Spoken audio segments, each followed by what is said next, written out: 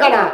তোরার দাম এই জন্য বেশি, হাসরের ময়দানে যখন কোনো ছায়া থাকবে না, আরশের ছায়া ছাড়া, তখন একদল যুবক আরশের ছায়ার নিচে জায়গা পাবে, তারা যৌবন বয়সে আল্লাহর ইবাদত করবে। সুবহানাল্লাহ।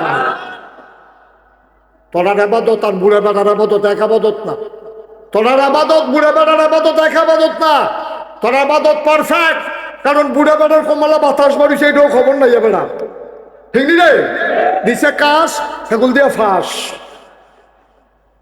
সুতরাং হাতার আবাদত আর জুয়ান ফলার আবাদত এক আবাদত না, ঠিক কিনা কও?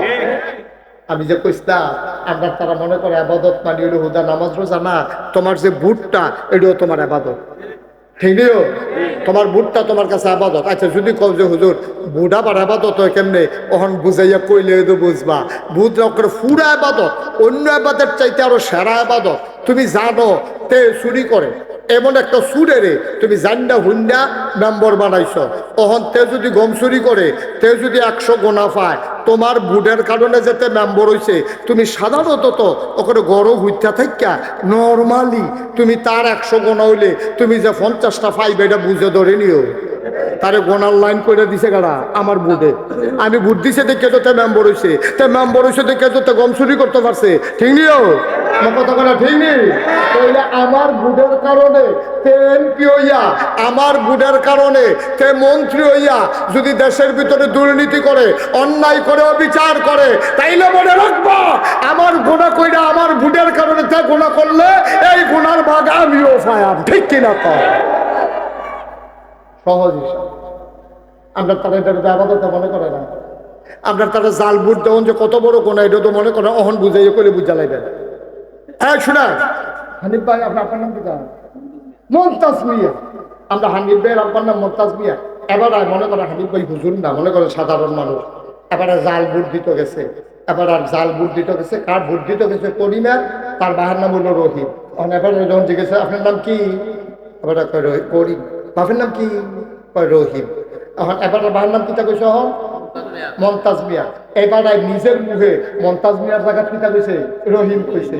তাইলে এবার আপনার আর বিবেকের কাছে প্রশ্ন, এবার আর বাপকে আমরা বদলাইছি না, এবার নিজে বদলাইছে? কিন্তু এবার যদি আমি বাপ তুল্য হন গালি দেই, এবার কিতা কইব? কইব হুজুর আপনি নাগাইশের বিশ্বাস সম্মান করি, সব ঠিক আছে, আপনি বাপ তুল্য গালি দিলে কলজাত দিয়া লাগে, আমি তোমার বাপ তুল্য গালি দিলে কলজাত লাগে। আর তুমি যে ফার্স্ট জজ এজেন্টের সামনে, পুলিশ অফিসারের সামনে নিজের বাপ নিজে বদলালে হেইটা কিরকম লাগে?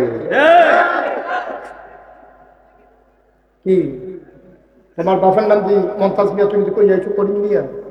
নিজের বাপের নাম নিজে বদলাইছো কি? তাহলে এখন এইটা বাড়ি খেলে উঠতে, এটা আওয়াজটা বাড়ি খেয়ে আসে থেকে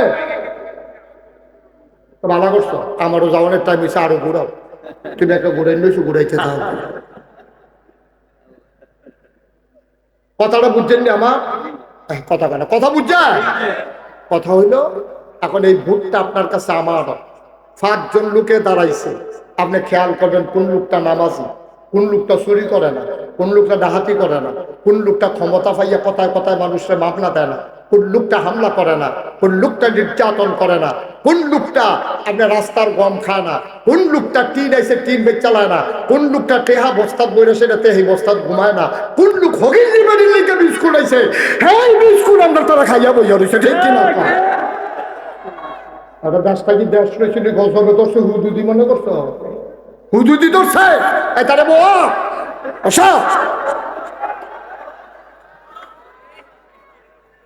সিফা দিয়া বইয়া থাও লড়ে মার হাবা কানা কানা মার হাবা। কথা বুঝছেন না আমার? তাহলে ভোটটা কি শুধু আবাদত না বড় আবাদত? এই নিজের বাহের নাম নিজে বদলাইয়া জাল ভোট দিলে আপনি হইয়া যাবেন হিসাব মতো জালর সন্তান। কারণ কোন সন্তান তার বাপের নাম বদলাইয়া কয় না, কিন্তু জাল ভোট দিতে গেলে কোন লাগবে না, হইলে আপনি জাল ভোট দিতে পারবেন না, ঠিক কিনা কয়? এখন মিরপুরের মহিলা যারা, তারা বোধহয় মনে মনে কইতাছে 10 জন্য বেড়াইছে, তার দিবানি জাল ভোট বেরিয়ে বলা ভিতরে বেরিয়ে বলা এপিটি জামাইন নাম্বারে বদলাই নিছে না বুদ্ধি তো গিয়া কুদ্দুচ্চার বই রহিমবার বউ কই আইয়া পড়ছে না বেটি বুদ্ধিয়া। আমি তো কইতাম আম্মা আপনি যদি কুদ্দুসের বউ, আপনি যে 5 জন সাক্ষী রেখে কই আইলেন স্বামীর নাম আব্দুর রহিম, আপনি কুদ্দুচ্চার ঘর গেছেন কি হতেন আপনি রহিমের ঘরে না যাইবেন? যারে স্বামী হিসাবে 5 জন সাক্ষী রেখে বানাইছেন গেলে তার সংসার গিয়া করেন, কুদ্দুস আর আপনার জামাই নাই, ঠিক কিনা? আপনি নিজে বদলাই দিয়া যাবেন। 5 জন সাক্ষী সকলে মিল্লা কইছে জি, টিক মার দিছে, জি স্যার ঠিক আছে, স্বামী কুদ্দুস, স্বামী আব্দুল রহিম। আম্মা করছেন কি আপনি?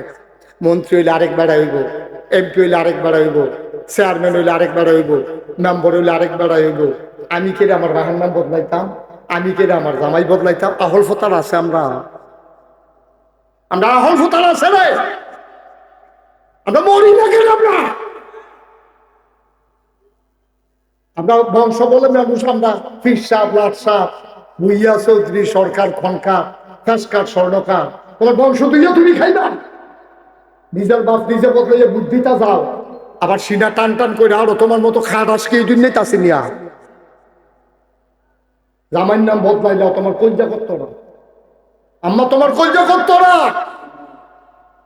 সাক্ষী রেখে ইমাম সবাই কাজী হিসাবে রেজিস্ট্রি করিয়া যেই জামাই তোমারে দিয়া গেছে এই জামাইরে তুমি একটা বুড়ের দিনকে বদলাইলে টুস করিয়া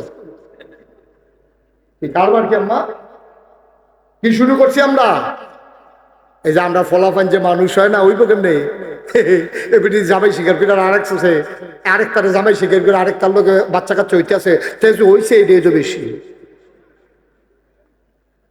আয় আইস দিয়ে কিন্তু চিন্তা করে আহল ফতার খারাইয়া চলি থাকতেন না। এই কথাটি মিরপুরে, মাধবপুরে, নাগেশের ফিরসাবে ছাড়া কেউ কইতো না, কেউ কইতো না ডরে, কেউ কইতো না সামনের বছর বাফিলের লুবে, ঠিক কিনা কর? আমার দুইটার একটা অনেক ডরও নাই, লুবও নাই, একবার আগে আমি দ্বিতীয়বার আইও না।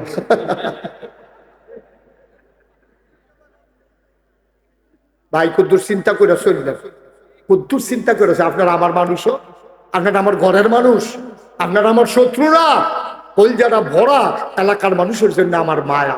আমি না কইলে খেলাই করবো, আপনারা অত কেয়ামতের ময়দানে করবেন হুজুর আপনারা যে মাহফিল আনছিলাম দুইটা উচিত কথা শোনাই গেলেন না, আমরা খুশি হইলে হইতাম, না হইলে বাজার হইলে হইতাম, আপনার কাম আপনি কইরা যাইতেন। আমি সেই আসামি হইতে রাজি না, আমি বলতেই হবে কোরআন সুন্নাহ মতো যা হয়, আপনি রাগ হন না, বেজার হবেন, এতে আমার কিছু আসে যায় না। সকালবেলা মোল্লাহি দাওয়াত দো খাইয়ে না, মাহফিল এলাকাত খুব কমে করতাম পারি, দূরের টিয়ে তো শেষ হয় না, সুবহানাল্লাহ কয় না রে? তুমি আল্লাহু আকবার কই হাত কই পর্যন্ত তুলতা পারবা?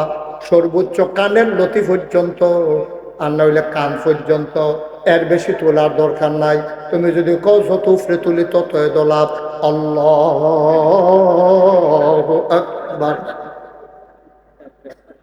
ওইগুলি রে বেলে সকালবেলা কেন ওইব বেলে সকালবেলা উফরে তুললে যখন লাভ আর সকালবেলা সারের বুতাম বুতাম খুললে লইছে আথালগি দেওয়ানের লেগে, তখন ইমাম সাহেব যখন কইছে আল্লাহু আকবার, ইমাম সাহেব লম্বা টান দিয়েছে আল্লাহু আকবার, আর খালি তুলতেছে ওই আল্লাহর লগে আল্লাহু আকবার। তখন যতই তুলুক ওইগুনি এটা একটা মাফ আছে, এটারে কই নিয়ম।